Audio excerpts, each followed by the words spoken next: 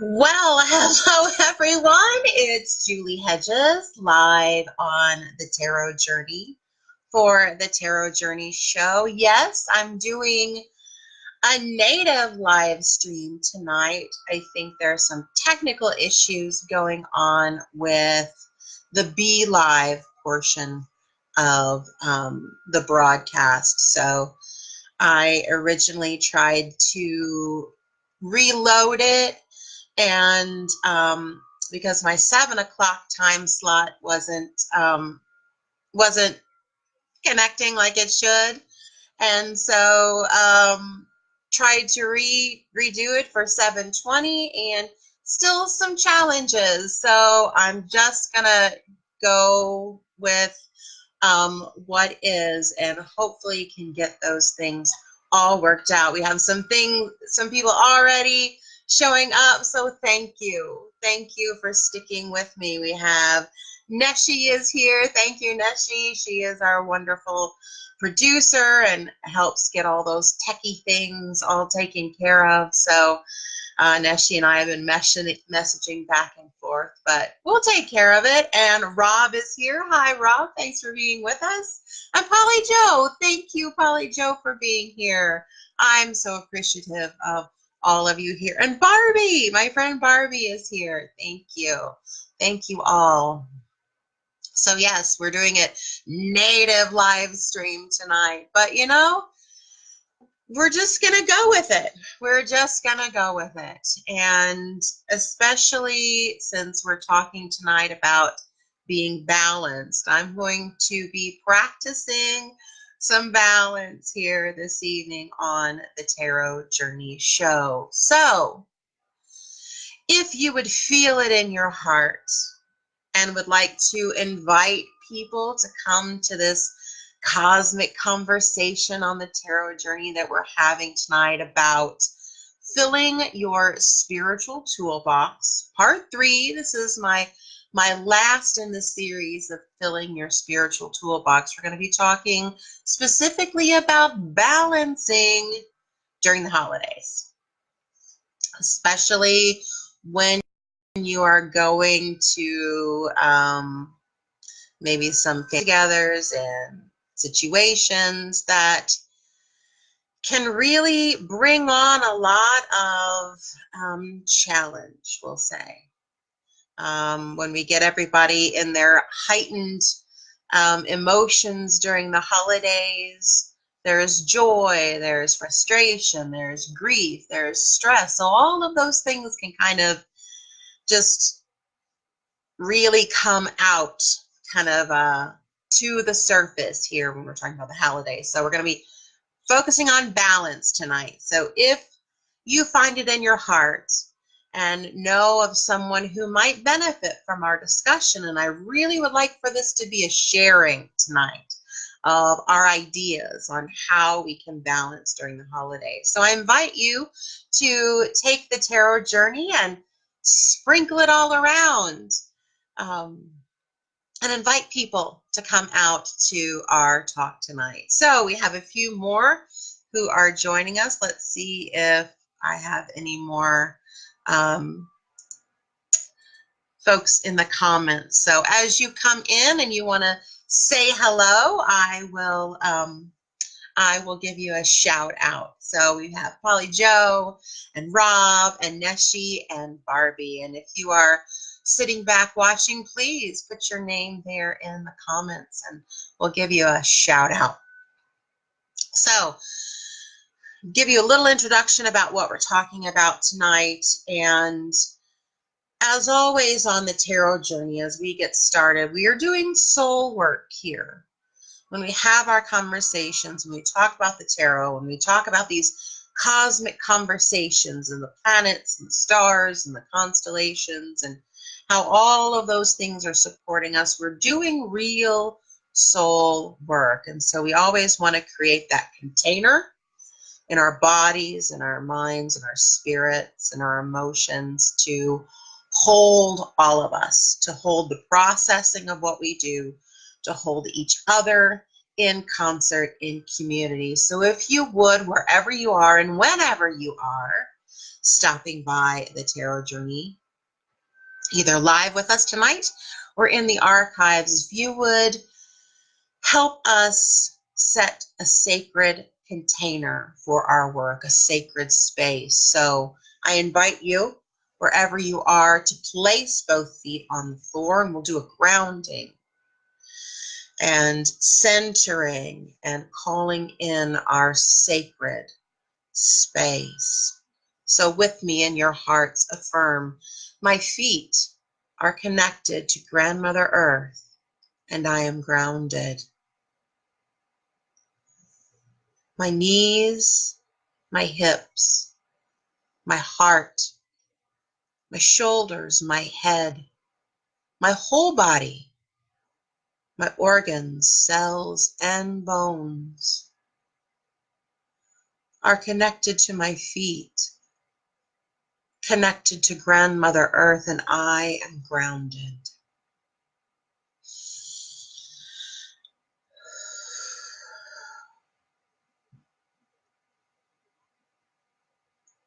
My central channel, my energy centers, my chakras, and my meridians are all connecting now through my feet into the heart of Grandmother Earth to be grounded. And I am grounded. I am grounded. I am grounded. And taking a breath with me.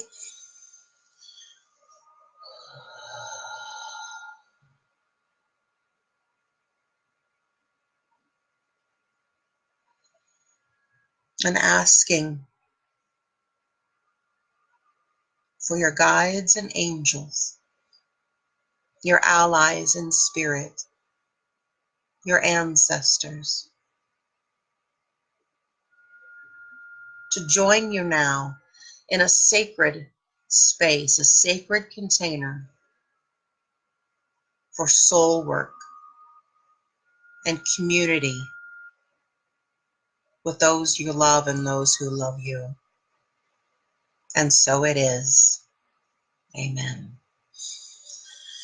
And so it is.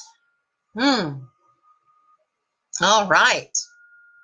Feels good to create that sacred space. So we're almost at the end of the year. I'm just floored at how this year has really flown by. It has been, for me, a year of deep changes. Like the tectonic plates of my life have been moving way under the surface, and those movements are creating changes on the surface of my life, in the outer portions of my life. And so, hi Valerie, thank you for joining tonight.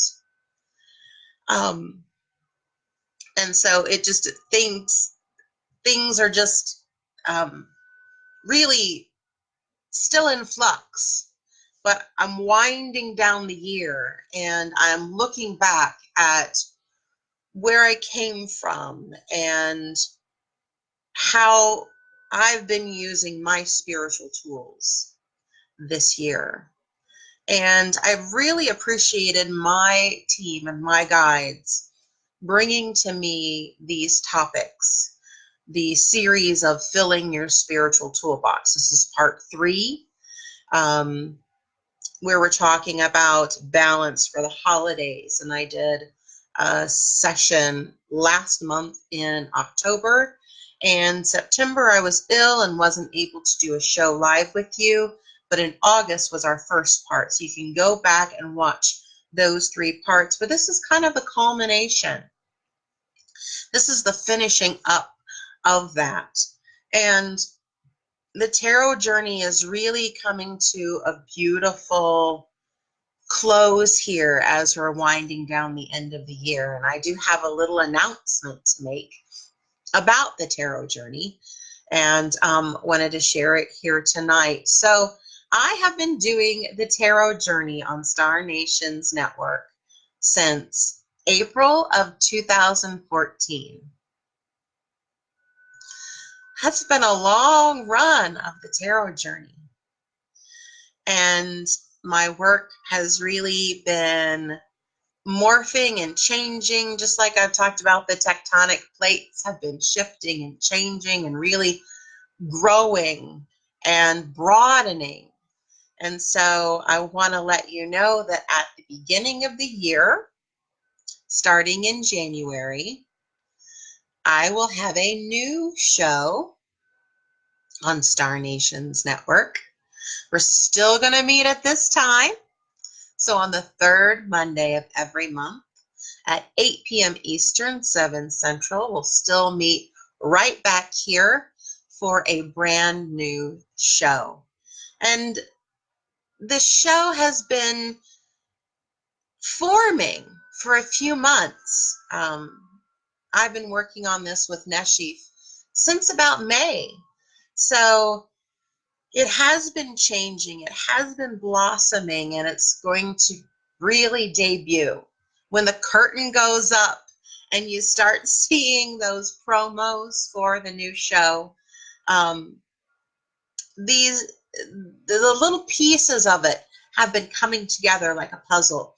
And when it's revealed, when you start seeing the promos, you'll really think, oh yeah, that makes total sense. I've been seeing little bits of that all along.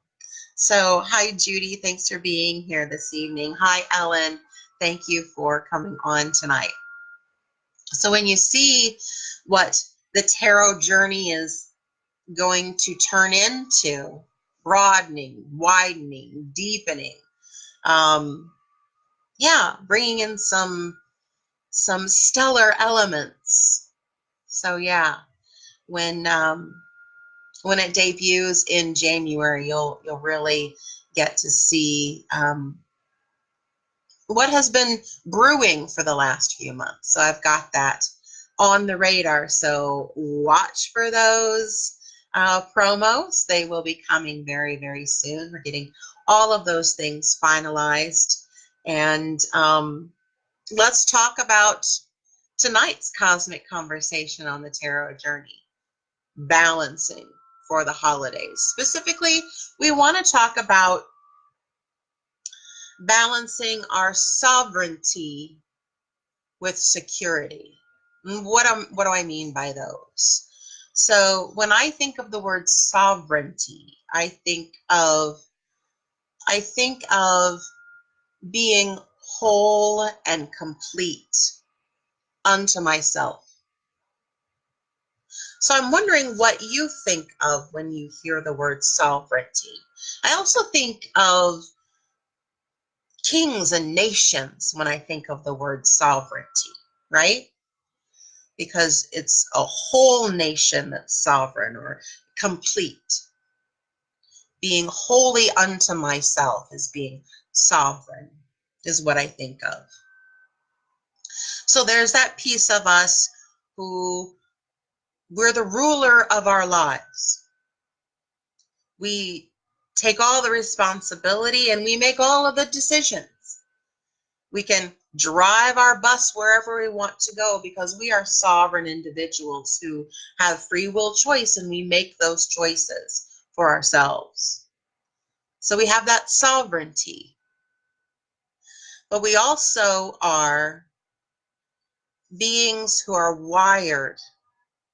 Our DNA, our biology is wired for belonging.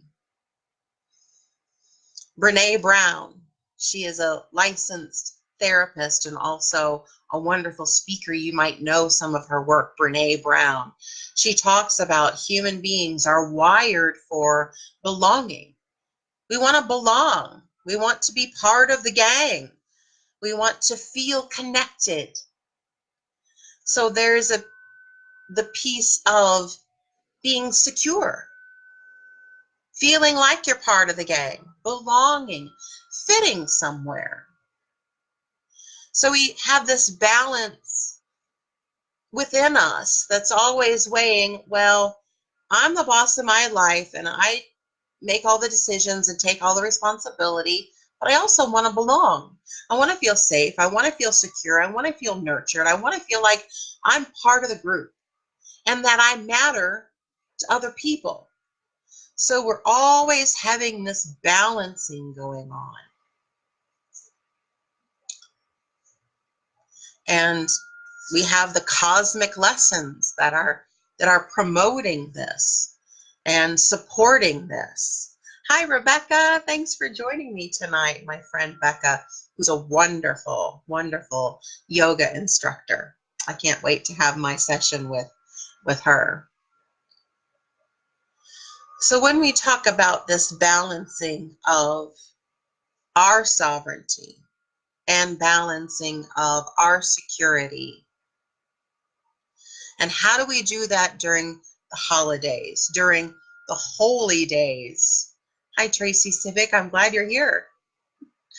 How do we balance that when we're in really emotional situations, high energy situations, celebrations, dysfunction? How do we... Oh, I just lost my camera. Can you still see me? My screen just froze. I hope I'm still live.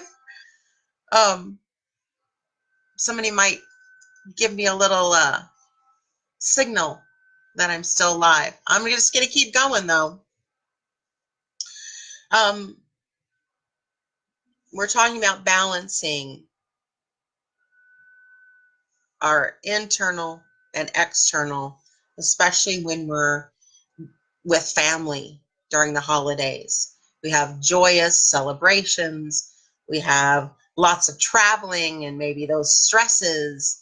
And some of us may have really challenging family dynamics or situations. The uncle who always wants to talk religion and politics, and the aunt who always says, when are you going to get married? When are you going to have kids? What do you do when you have to go visit those relatives, or you have to go to the in-laws? How do you drive your own bus but also feel like you belong? So I talked to my friend Terry Ruel. Some of you may know Terry. She is from Michigan, but she recently relocated to Arkansas. And we talked about this subject, and I asked her if she would like to be a part of the Tarot Journey show tonight, but she couldn't come on with me live. But she did give me this wonderful article. And when we talked about this subject, she was very, very open to people contacting her if they wanted to talk about some of their own particular dynamics and working on those ways of strategizing for the holidays. So Terry Ruel, I can have her contact information on the Tarot Journey page after we wrap up the show here this evening. If you want to call her, she is taking phone appointments, and she's a wonderful person to talk to. But she gave me some articles and some good tips, and I wanted to talk a little bit about that now. How to survive the holidays when you're in those situations of, oh, what do? I have to spend time with this side of the family, and these people are known for this, and then we have to go here, and then we have to travel, and then we've got lots of just going on. So here are some of the tips that we talked about. The first one is being prepared. So be prepared, like the Boy Scouts or the Girl Scouts. Always have your first aid kit. Always have your spiritual first aid kit. So what are some of your spiritual first aid items? I like to do my grounding. It takes it took 20 seconds, 30 seconds for us to do that grounding, I'll just kind of scoot off to the bathroom or outside, or even before I walk into the door. Even if I'm sitting in my car, I can do that grounding. I really like to have my feet on the floor, but if I'm in my car, this is what I do in my car. So, of course, your bottom is on the seat and your feet are on the floorboard. So I also envision my feet connecting to the floorboard, connecting through the tires, connecting to Grandmother Earth, so that I'm still visualizing that connection right with Grandmother Earth. Now I realize if my feet are on the floor, I'm still, I've got the carpet and the subfloor and the foundation and all of that, but being in a home is a little different feel than being in my car. So I just envision that extra level of connecting through the tires if I'm in my vehicle. So I do that. I love essential oils. I really, really do. Currently, my go-tos are frankincense. I wear that every single day. Rose, I wear that every single day. I use lemon in my diffuser every night. It's really helped with, you can kind of hear me, I have this sinusy stuff going on, and it's not so pretty, but I diffuse the lemon, and that citrusy smell and that invigorating kind of energy the lemon gives, I feel like it helps. I feel like it helps my sinuses too and what's going on. Excuse me while I take a drink here.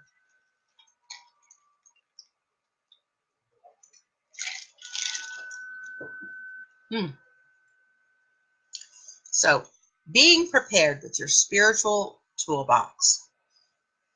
And this next tip kind of goes along with that. It's the have a game plan. So I love this quote in the article. It says, if there's lots of unstructured time, that's when old dysfunction can arise. This author suggests watching a favorite family movie or playing a game. So, what is it? Idle hands are the devil's tools. What is that? Isn't that how it goes? Isn't that the saying?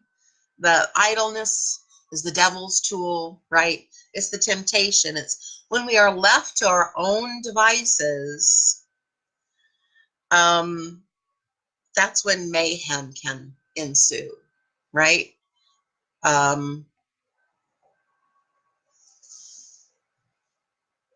Does not make, yeah, that makes sense to me. That if I don't have a plan for my day, I end up what I consider wasting a lot of time and feeling like I've wasted time, feeling a sense of boredom and a sense of loneliness of, oh, I wish this or I wish that. And so it kind of gets in my mind and I get frustrated and feeling sorry for myself. So even if I plan on having a pajama day, it's like, I'm not going anywhere. I'm not putting on any clothes. Some days I have those days where I'm just going to stay in bed and I'm going to read, or I'm going to do journaling work for 2 hours, or, whatever it is, I kind of have a plan for my day. So I make that game plan. And I try not to give myself too much idle time. So let's see what else the article has to share. Oh, this one's good. I know we talk about this all the time, and this is one of those things of we can say it, and we can say it, and we can do it, and we can do it, and we can just remind ourselves over and over again. Boundaries, boundaries, boundaries. excuse me, what are boundaries? I think that's a term that's kind of thrown out there, like, oh, have better boundaries. Oh, just love yourself. It's like, what does that mean, really? For myself, I think that boundaries go right back to the subject of sovereignty. That I'm whole and complete unto myself. Meaning that all the puzzle pieces fit together. And there are a lot of folks at work who love to do puzzles. They bring in these, 300-piece puzzles, 500-piece puzzles. I'm not so much a little puzzle piece person. I like word puzzles and things like that, but the rest of the department really likes to do that when we've got a little idle time, and they'll spend time putting the puzzle pieces together, and they just like to make things fit together like that. So what is a puzzle? But a puzzle has a boundary, right? You have the picture on the box, and all of those pieces need to fit into that picture once it's done. So there's a definite top and bottom, and a left and a right, and all the colors need to blend together to make the picture. So boundaries are that sovereignty of this is the whole picture. So if you can think of yourself as a puzzle, that you are the whole picture, and all your pieces and parts have fit together. But that is your boundary. And no one has the right to come and snatch pieces off of your puzzle or try to rearrange your puzzle to fit what they want. Because your puzzle has a definite top and bottom and left and right. And the way the pieces all fit together and interlock and make the picture that you were created to make. That, I think, is a boundary. So, what are some of your tools for keeping that boundary intact? That really is the $64,000 question, right? I think that takes a lot of inner work, but it doesn't come without its testing. And it's hard to really say, it's hard to really give specifics on keeping boundaries, in my opinion, because there are many ways that those tests can come. But one of the ways is people pushing your buttons. What are the questions or the comments or the tones of voice or the facial expressions that really get you, that make the hair on the back of your neck stick up? What are the subjects that really put you on edge? The questions that, don't ask me that, don't ask me that. We're sitting at the table, it's like, please don't ask me, blah, blah, blah. Please don't make a comment about blah, blah, blah. What are some of your boundaries? And how can you strengthen your own boundaries? I like what the article says. It says, how people act and behave is a reflection of who they are and has nothing to do with you. Even though it can be tough, try not to personalize hurtful comments. Ooh. No one can touch your thoughts. So think what you want, laugh to yourself, and give yourself tremendous amounts of compassion. I really resonated with that last part. Give yourself tremendous amounts of compassion. I don't know about you. I can really speak for myself as when it feels like someone's getting close to a boundary, there's that tenseness, right? In me, there's that tenseness of, I hope so and so doesn't say that, or I hope so and so doesn't act like that. That tenseness of trying to control. Because if that happens, then I'm going to have a reaction. And I have to be ready. I'm a funny person, I know. I'm just keeping it real. I'm funny like that. I forget a lot of times about that last part of giving myself compassion because I'm ready. I'm ready to react to whatever it is. Got to be ready with my first aid kit to repair my boundary if someone's trying to pick off pieces. So the compassion is something that I know I need to strengthen for myself. And I will say this too, it's a little harder for me to remember. Again, when I'm in that, what if this happens? What if this happens? I'm ready to react. That I also can conceive of compassion for that other person. The one whom I'm tensing up. Ooh, what if this happens? Ooh, what if that happens? Kind of like, if you ever played air hockey, I love air hockey. And you have the little plastic round thing that's going back and forth, and you have your little stick, I guess, and you try to block the other one. You know, here I am, I'm trying to block.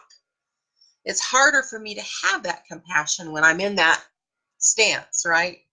You can imagine me playing air hockey, waiting for the puck to come back. But to have compassion for that other person, maybe that other person is feeling the same way or thinking the same thing of, oh, the puck's going to come back this way. I got to be ready. I got to be ready. So having that compassion. And then also looking for joy. That's a real big one. Because the holidays, the holy days, are to celebrate what's holy. And my idea of holy is very personal and intimate. Just like I think that the origin of holiness, the divine, is very personal and intimate. So what I think is holy and joyous and a celebration might be slightly different from what you think. And that's okay. For example, in your celebration of the holy days, you might think that the best dish you could serve, the best food that you could have to celebrate the holy days would be Brussels sprouts. And I would have to say, no, thank you. Not on your life. I'd be polite about it, but I'd be like, no way. No, no, no.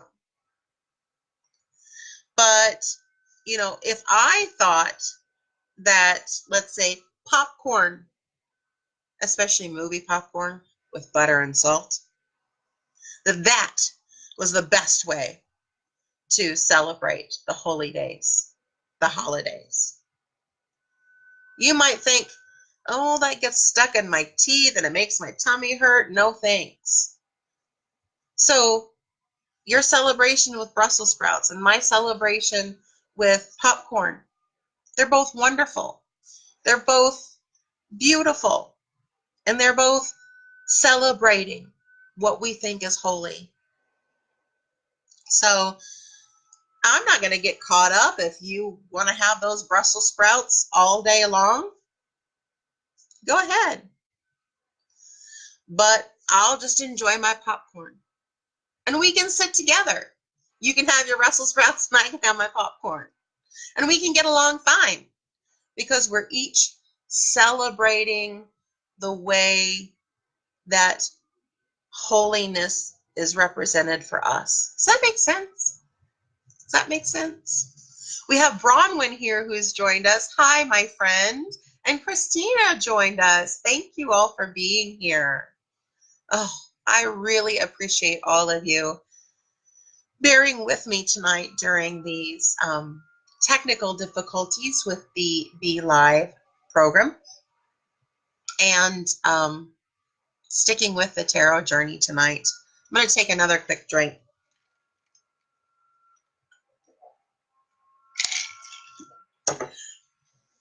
Before we get to the readings, I am going to do readings tonight. I am. You just have to put your name in the list. But before I do that, I want to give us a little astrology forecast for Thanksgiving. How would you like that? A little cosmic forecast for Thanksgiving. So, Thanksgiving is on Thursday, the 28th. And so what I did, here, I got to find it.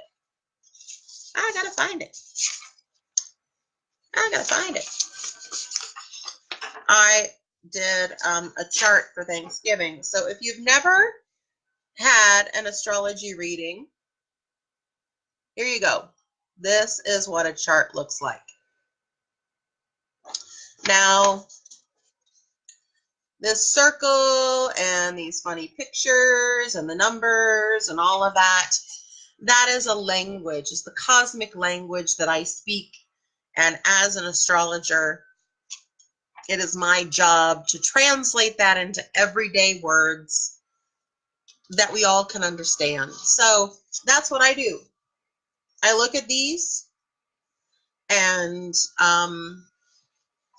I help people really understand their personal gifts, talents, and abilities and how they can shine them out into the world and embrace them and love them. But here is the forecast for Thanksgiving. And so the first thing I want to let us know is there's a concentration of energies within the mansion of tradition and structure and responsibility. That's Capricorn's mansion. On Thanksgiving, we have 4 planets.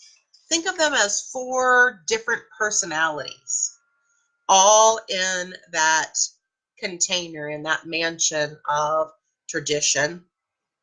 Also associated with family, more like the paternal part of it, the paternal family. So one of those energies we have is the moon.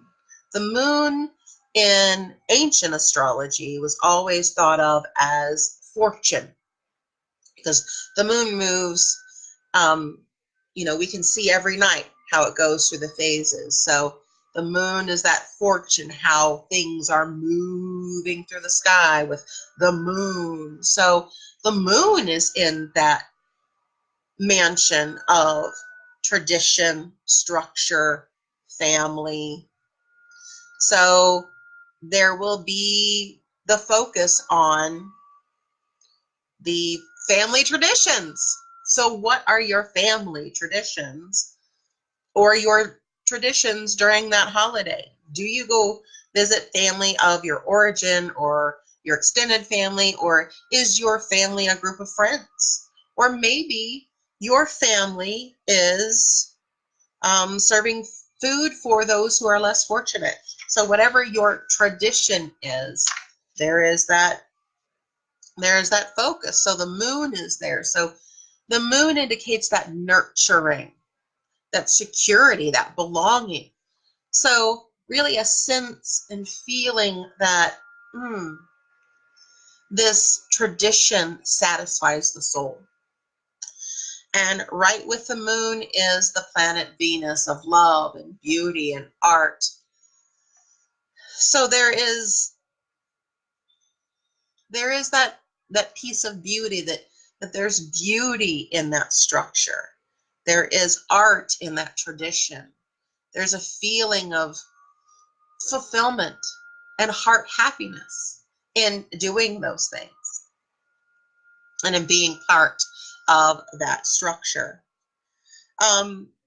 Also, then we have some authority and possible power structures and power structure changes. Because we also have Saturn, which represents the authority figure, the boss, the man, the leader. And typically the father is what Saturn represents also. In that authoritarian, the authoritative, this is the law. The mansion of Capricorn enacts the law. Is the judge bringing the gavel down. The law says. And also Pluto is right there. Pluto is the god of the underworld. Pluto is the transformer. Pluto also reveals secrets and power plays and power struggles. So kind of be watchful for some subversive little things going on. Just kind of have your antenna up. Have your antenna up. Making a good aspect to all of this is especially to the moon and Venus. So to love and security is Uranus, the great awakener, the guy who gives you the ahas, the guy who says, oh, I could have had a V8, that bing, sudden unexpected changes. So maybe there's an aha moment, this revelatory information that comes through the structure and tradition that augments the beauty and the artistry of that family, but also can be a little disruptive, right? Because Uranus, the other part of Uranus, gives us the revolutionary. There is the king who says, let them eat cake. And the revolutionary says, let's storm the castle and give everybody bread. Okay? So there could be a little awakening happening there. So that's your little brief astro forecast for Thanksgiving. And do we have some folks who would like a card drawn? My camera keeps flashing. I've got my cards tonight. It's the Good Tarot. The Good Tarot by Colette Baron Reid. Very wonderful images. So I hope, my screen has frozen, so let me see if I can get it on my phone and see if your comments come up. I am so sorry. I'm hoping to get your comments. if all of you are, where are you? Where is this?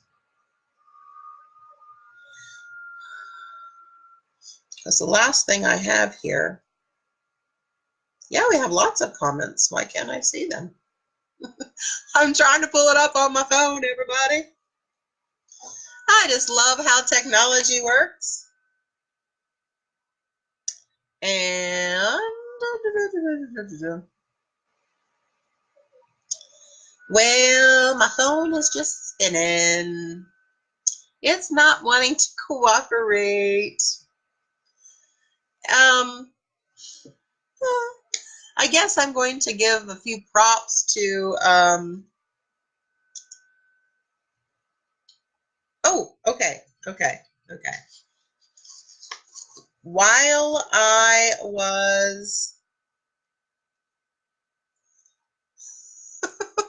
was saying that, my screen's frozen, but I do see we have a few names popped up. And I tell you, I'm going to do my best to make sure. So this is the list that has shown up so far. I have Ellen, Rob, Violet, Amy Daniels are the ones that are showing up right now. But again, my screen on my phone is frozen, and the one on my computer is, the comments are frozen. So I can't see comments over here. But, oops, my phone just dropped on my lap.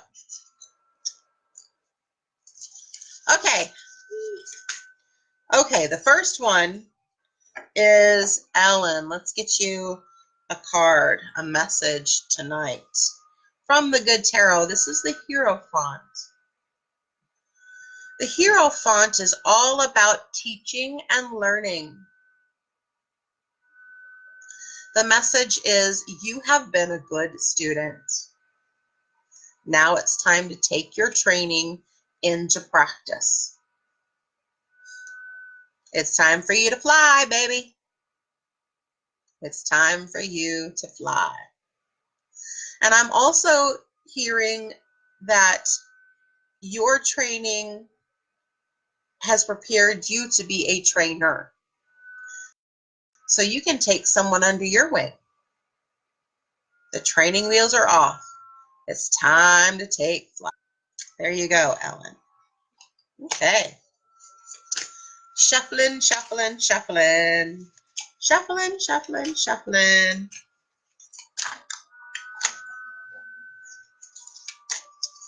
Shuffling, shuffling, shuffling. Oh, Polly Joe, I just had a message pop up from you.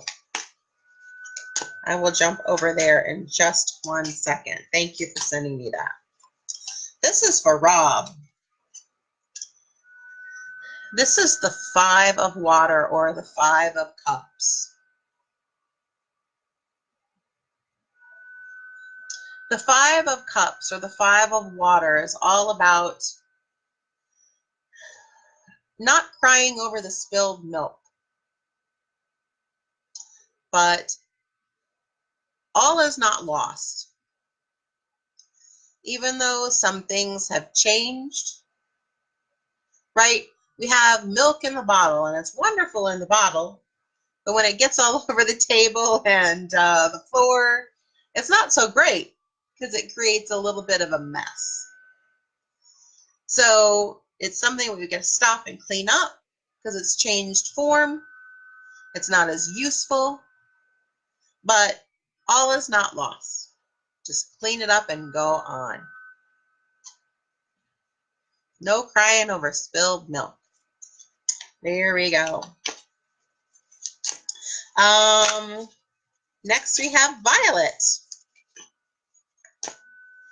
Thank you, Neshi. I just saw your message too. Let's see here. Violet. Violet, it's the Two of Fire. In the Rider-Waite deck, this would be the Two of Wands. And it's about making a choice that's an actionable choice. You can go left or right or up or down, but you must go. So time is lighting a fire underneath you. The universe is lighting that fire. Do you feel your seat getting warm? Now, I have one of those seat warmers in my car, and it's wonderful during these colder days. But let's say accidentally it's spring or summertime and I hit the button accidentally. I'm driving along and I feel like, ooh, what is that? My bottom's getting warm. Well, the universe is kind of lighting that fire there, Violet. It's time to jump. Time to jump. Make your decision. Go left or right or up or down, but go. It's lighting the fire there for you. All right. You're welcome, Rom. And I have Amy Daniels. Amy says, I asked for a card on a different streaming screen. Okay. I'm sorry about that. I am. I really am. Okay. So, Amy, your card tonight and the message is the Hanged Man. The Hanged Man says there's a different way to be fulfilled with the information you're looking for. Whatever you're pondering, whatever you're seeking as far as knowledge and understanding, there's a different way to go about it. Asking your guides for help, and then kind of changing your perspective. Instead of going after it, allow it to come to you. Allow your guides to reveal to you the path. Maybe that information will come to you through a word or a phrase that you hear in the grocery store aisle. Someone is talking to somebody else, and it's not your conversation, but boom, that's the word that takes you to the next thing that you need. Or maybe it's a billboard, one of those things. Yeah. All righty. So let me see here. We've got Polly Joe. Miss Polly Joe.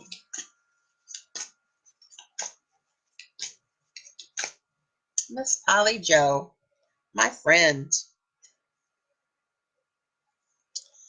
8 of Air. This in the Rider-Waite Tarot deck corresponds with the 8 of Swords. And in that deck, if you can imagine it, it looks like a woman who is surrounded by swords. And it has the appearance of her being bound. Her hands are bound and her eyes are blindfolded. With this image, it's a little bit different. And the message of this, is that an 8 or a 3? 3 of, I'm sorry, this is the 3. This is the 3 of Air, which is the 3 of Swords. There is a letting go. And what I'm seeing is when they let white doves go, I know there are some ceremonies, maybe a wedding ceremony. This is the 3 of Air. Those ceremonies when they let the beautiful white doves out of their cages and they fly away and they make this wonderful visual, and also you can hear it. You can hear their wings beating, that visual when the white doves are being released. It's a burst of peace. That's what's happening in every session that you're doing, in every healing that you're doing, in every word that you speak, especially this week. That's what they're telling me, especially this week, all week long. There are bursts of white doves being released, the white dove of peace. And it also represents truth, peace and truth, little bursts that are being created through the words that you are pronouncing. Oof, it's such a beautiful visual that I'm seeing. And I really hope I'm doing it justice with how it's coming through. Just with all of your words. Oh, just gorgeous, gorgeous. Let me get this up here again. So we had Amy and Barbie. Miss Barbie, my friend. Miss Barbie, my friend.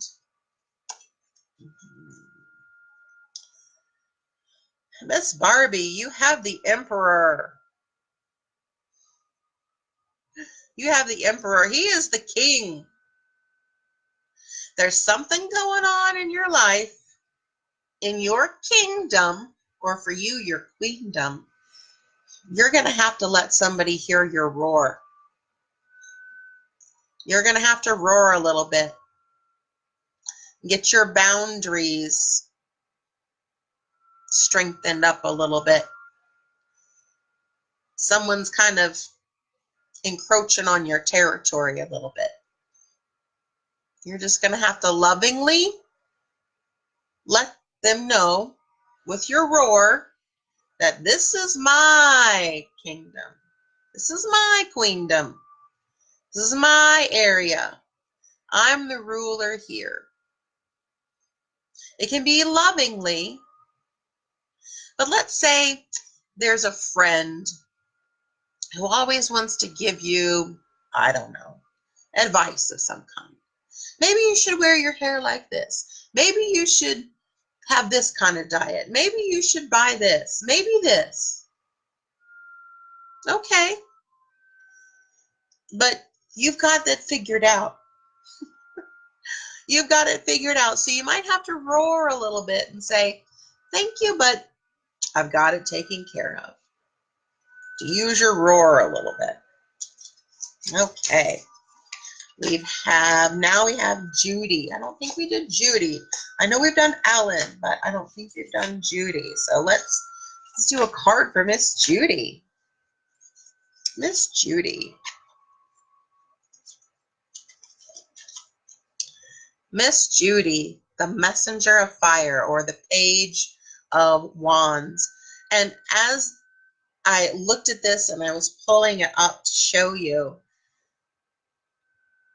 I think it's Beyonce. I don't know.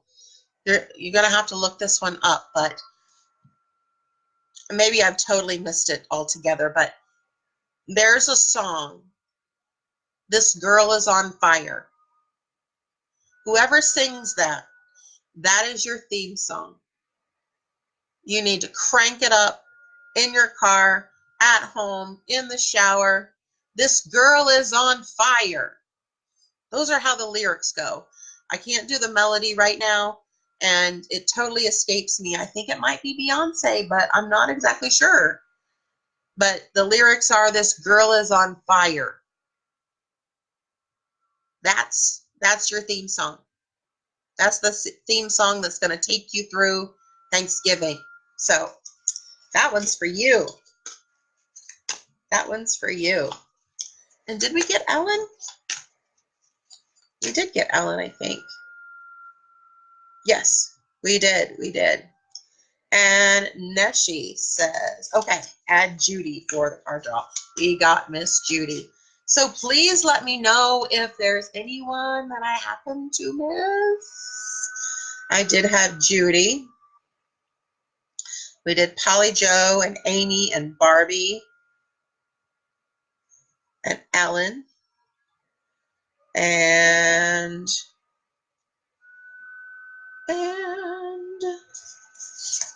that's all I can see on my phone. So We have reached our hour, and I'm so appreciative of everyone staying late with me um, to be part of the Tarot Journey Show and to stay with me since 2014. This has been a wonderful, wild ride to the stars and back. Those of you who watch the show and work with me in astrology and tarot and read the articles. And I promise you that in the new year, we're going to have many more adventures and more cosmic conversations. You'll just have to keep tuned. And I will be back here next month to wind down the year. We'll see what kind of wonderful new cosmic conversation we can have together. But as always, from my heart to yours, may the peace that surpasses all human understanding be with each and every one of you. I'm so thankful for you. Om Shanti and good night.